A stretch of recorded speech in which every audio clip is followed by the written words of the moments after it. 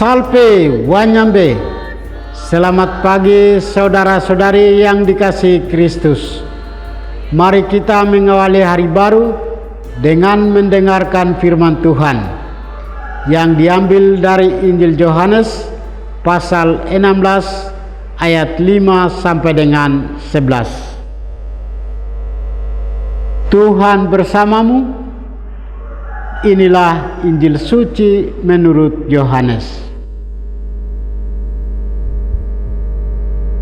Dalam amanat perpisahannya, Yesus berkata kepada murid-muridnya, "Sekarang aku pergi kepada Dia yang telah mengutus aku, dan tidak seorang pun di antara kamu yang bertanya kepadaku, 'Kemana engkau pergi?' Tetapi karena aku mengatakan hal itu kepadamu, sebab itu hatimu berduka cita. Namun benar yang kukatakan ini kepadamu adalah lebih berguna bagi kamu jika aku pergi. Sebab jikalau aku tidak pergi, penghibur itu tidak akan datang kepadamu. Sebaliknya, jikalau aku pergi, aku akan mengutus Dia kepadamu. Dan kalau penghibur itu datang, Ia akan menginsafkan dunia akan dosa, kebenaran, dan penghakiman. Akan dosa karena mereka tetap tidak percaya kepadaku. Akan kebencian karena aku pergi kepada Bapa dan kamu tidak melihat aku lagi. Akan penghakiman karena penguasa dunia ini telah dihukum." Demikianlah sabda Tuhan. Saudara-saudari yang dikasihi Kristus, tema kita hari ini adalah "Kemana engkau pergi?" Dalam bacaan Injil hari ini, Yesus masih berbicara tentang penolong, yaitu Roh Kudus. Ia meyakinkan para muridnya bahwa walau Ia akan pergi, akan tetapi akan datang penggantinya, yaitu Roh Kudus. Ia akan mengutus Roh Kudus kepada mereka.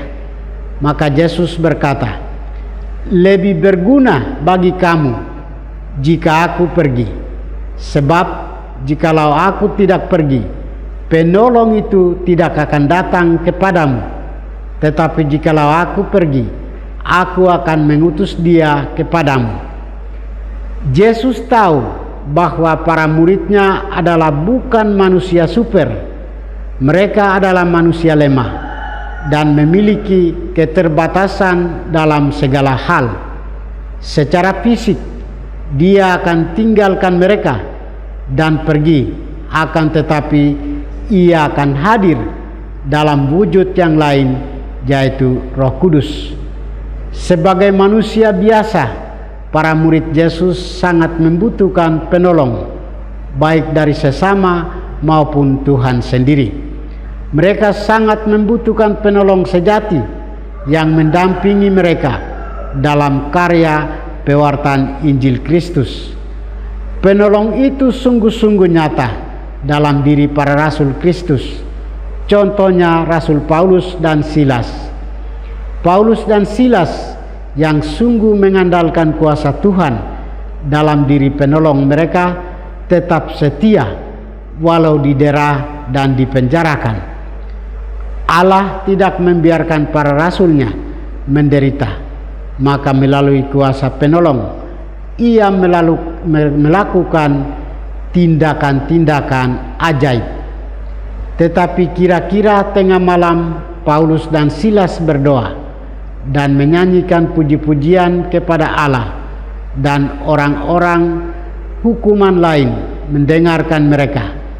Akan tetapi terjadilah gempa bumi yang hebat, sehingga sendi-sendi penjara itu goyah, dan seketika itu juga terbukalah semua pintu dan terlepaslah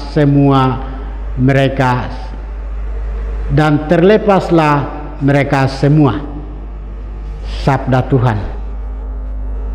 Paulus dan Silas pun tetap mewartakan Injil Tuhan dengan penuh sukacita, karena mereka dikuasai oleh Roh Kudus, Sang Penolong, bekerja dalam diri mereka. Saudara-saudari terkasih, kuasa Allah sungguh ajaib.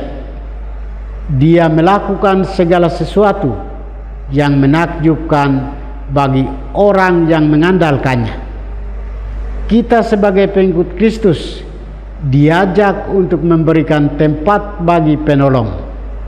Kita membuka pintu hati, membuka mata hati dan seluruh diri kita agar penolong dapat bekerja dalam diri kita.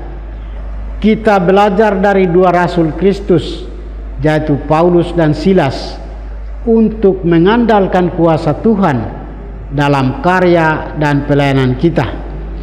Kita harus menyadari bahwa kekuatan kita sangat terbatas, maka kita memberi ruang bagi Sang Penolong. Penolong akan memberikan kita rahmat kebijaksanaan, kebenaran, dan rahmat pengampunan.